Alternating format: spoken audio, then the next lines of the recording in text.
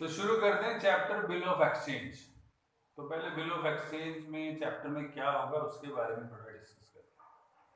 देखो, bill of exchange में हम बात करेंगे अपनी क्रेडिट सेल को बढ़ाने की। यानी ये चैप्टर या ये कह सकते हो कि बिल ऑफ एक्सचेंज हमने इंस्ट्रूमेंट या ये कह सकते हो बिल ऑफ एक्सचेंज का जो डॉक्यूमेंट है वो हमने बनाया ही इसलिए कि हम अपनी क्रेडिट सेल को बढ़ा सकें।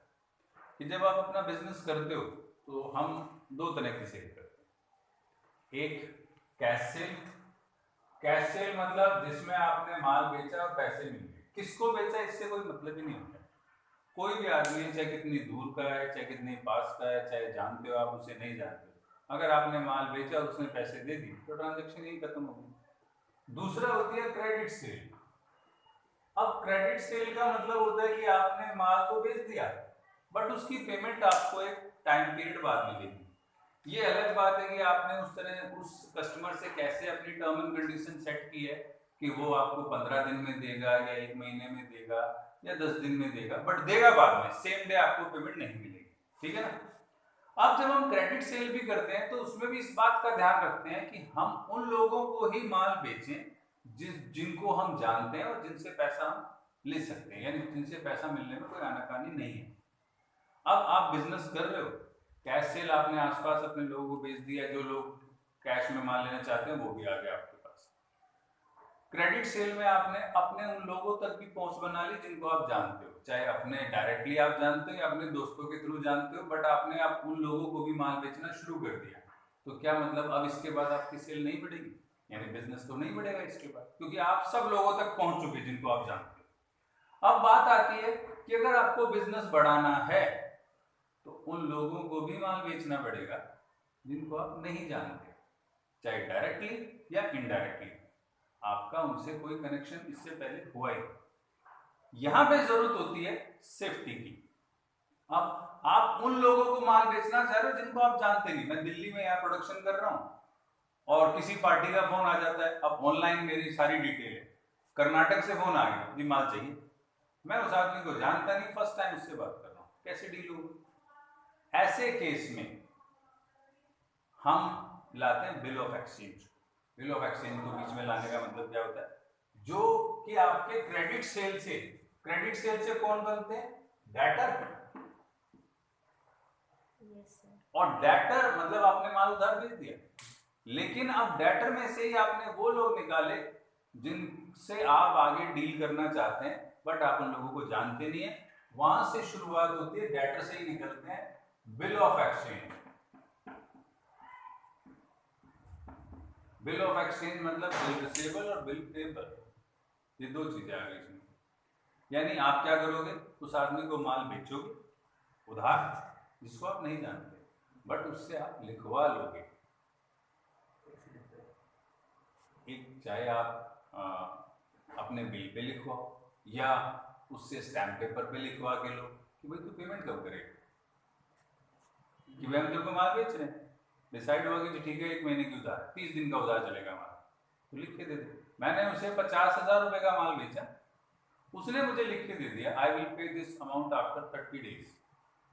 वो जो बिल साइन होने के बाद आया, अब वो मान लो ए के पास है, ए ने माल बेचा, ए के पास वो बी आर आ गया, तो ये उसको बी आर कहेगा क्योंकि इसको बिल रिसीव होना है। ए वो आदमी है जो माल बेच रहा है, यानी ये सेलर भी है और इसको हम ड्रॉयर भी कहते हैं। ड्रॉयर क्योंकि ये बिल को ड्रॉ कर रहा है, बिल को बना रहा है। बी वो आदमी है जो माल को खरीद रहा है, यानी परचेजर,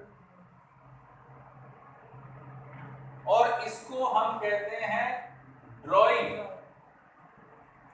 ये उसको एक्सेप्ट कर रहा है, इसको हम मेकर ऑफ बिल भी कहते हैं, बिल को बनाने वाला, इसको एक्सेप्टर ऑफ बिल कहते हैं।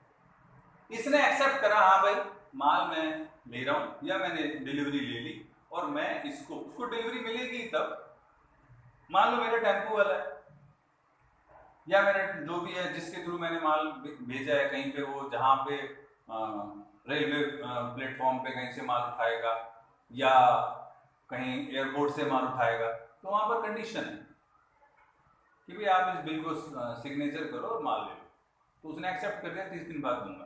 कहने का मतलब एक पैटर्न इस तरह से फॉलो है, यानी आप अपने किसी आदमी के थ्रू से बिल लिखवा दोगे तभी आप डिलीवरी दोगे। अब उसने एक्सेप्ट कर लिया कि भाई डिलीवरी मिल गई और मैं इसको 30 दिन में पेमेंट करूंगा, तो उसके लिए वो बिल क्या हो गया, बी के लिए हो गया बिल पेबल, क्योंकि इसने ये बिल पे करना है आफ्टर 30 डेज, और ए ने ये बिल रिसीव करना है आफ्टर 30 डेज, तो इसके लिए तो बिल रिसीवेबल है, उसके लिए बिल पेबल है। अब क्योंकि ये 30 दिन में ही होता है, मतलब है इस क्वेश्चन में 30 दिन माना है हमने, 3 महीने भी हो सकता है, 4 महीने भी हो सकता है, 6 महीने भी हो सकता है। मोस्टली जो इनकी टाइम ड्यूरेशन होती है 3, 4 महीने, 2 महीने, 1 महीने ऐसे होती है। अब क्योंकि ये 1 साल से कम पीरियड के लिए है, इसलिए बिल रिसीवेबल जो है वो करंट असेट्स का पार्ट है, ये करंट असेट्स है। और क्योंकि बिल पेबल वो भी शॉर्ट पीरियड के लिए, भाई 2-3 महीने में देना ही है ना उसे, अगर मुझे 2-3 महीने मिलना है तो इसका मतलब बी, मैं ए हूं तो बी तो देगा तभी तो मैं लूंगा, तो ये जो है बिल पेबल ये करंट लायबिलिटी है। तो आपको समझ में आई? मेन बात दोबारा रिपीट करता हूं, जब हम माल बेचते हैं तो गुड्स की सेल परचेज 2 पार्टी के बीच में होती है, यहां पे मैंने ले लिया ए और बी। अब ए वो पर्सन है जो माल को बेच रहा है, जो माल को बेच रहा है वो सेलर है, सेलर है तो वो बिल को बना भी रहा है, इसलिए उसको मेकर ऑफ बिल भी कहेंगे और उसे ड्रॉयर भी कहते हैं। माल को बेच रहा है किसको? बी को। अब बी के पॉइंट ऑफ व्यू से देखोगे तो ये माल को खरीद रहा है और ये उस बिल को एक्सेप्ट भी करेगा कि हाँ पेमेंट दे दूंगा, तो ये ड्रॉई भी है और एक्सेप्टर ऑफ बिल भी कहते हैं। समझ गए? 2 पार्टी हो गई, ड्रॉयर और ड्रॉई, मेकर ऑफ बिल और एक्सेप्टर ऑफ बिल। समझ में आ गया?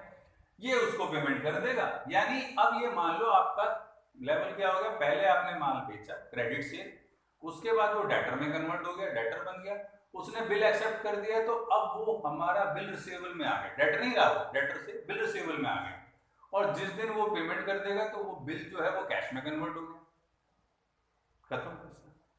तो बिल रिसीवेबल जो है वो डेटर में से ही निकल के आया, ये कोई अलग से नहीं है।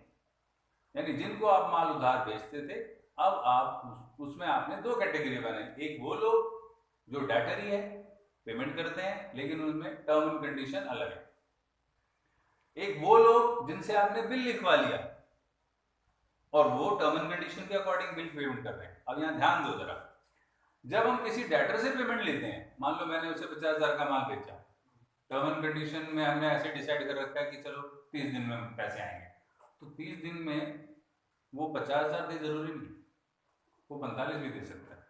आया है कहीं पे, बोला यार मेरे पास अभी 46,000 है, 4,000 में दे दूंगा, हो सकता है वो 30 दिन पहले भी आके तुम्हें पेमेंट कर दे, हो सकता है 30 दिन बाद भी पेमेंट करे, 2-3 दिन हो जाए, तुम्हें फोन पे इन्फॉर्म कर दे कि भाई पेमेंट में आऊंगा, उधर मुझे आना ही है, तो स्पेशली तुम मत आना, मैं ही आ जाऊंगा 1 हफ्ते बाद, तो मैं तुम्हें पेमेंट कर दूंगा। लेकिन बिल ऑफ एक्सचेंज में जब डेट होती है, उस डेट पे उस बिल की पेमेंट जरूरी है, अगर वो पेमेंट नहीं होती तो वो बिल डिसऑनर्ड माना जाएगा। आप पहली बात बेकर होनी चाहिए, दूसरी बात आप पार्शियल पेमेंट भी नहीं कर सकते। 50,000 और आप ये कहते 40 ले लो, नहीं, अगर आपने 40 भी दिए तो बिल डिसऑनर हो जाएगा। पूरी पेमेंट और मैच्योरिटी डेट पर पेमेंट, ये 2 बातें होती है, ठीक है, ये ध्यान रखना। जैसे मान लो मैं किसी को चेक दे दूं, मैंने उसे 50,000 का चेक दे दिया और अब उसने चेक मेरे अकाउंट में डालना है परसों, परसों मेरे अकाउंट में 49,000 है, अगर मेरे पास ओवरड्राफ्ट नहीं है, ओडी नहीं है, तो वो चेक बाउंस हो जाएगा। क्यों हो जाएगा? भाई बैंक कहेगा इसके अकाउंट में 50,000 है, मैं ये थोड़ी कह सकता हूँ बैंक को कि जी 50,000 है, चलो 49 दे दो, ये नहीं हो सकता। अगर चेक में 50 लिखे हैं तो यू हैव टू पे 50,000, उसमें 1 रुपया भी कम है तो cheque will dishonoured by rule. Clear? इसी तरह बिल ऑफ एक्सचेंज है। तो ये 2 बातें मैं आपको जो बताई है वो आप ध्यान दो, ये नोट करना है कुछ। या मैं चलूँ आगे? हैं, चलूँ, मिटा दूँ? करो जल्दी फिर।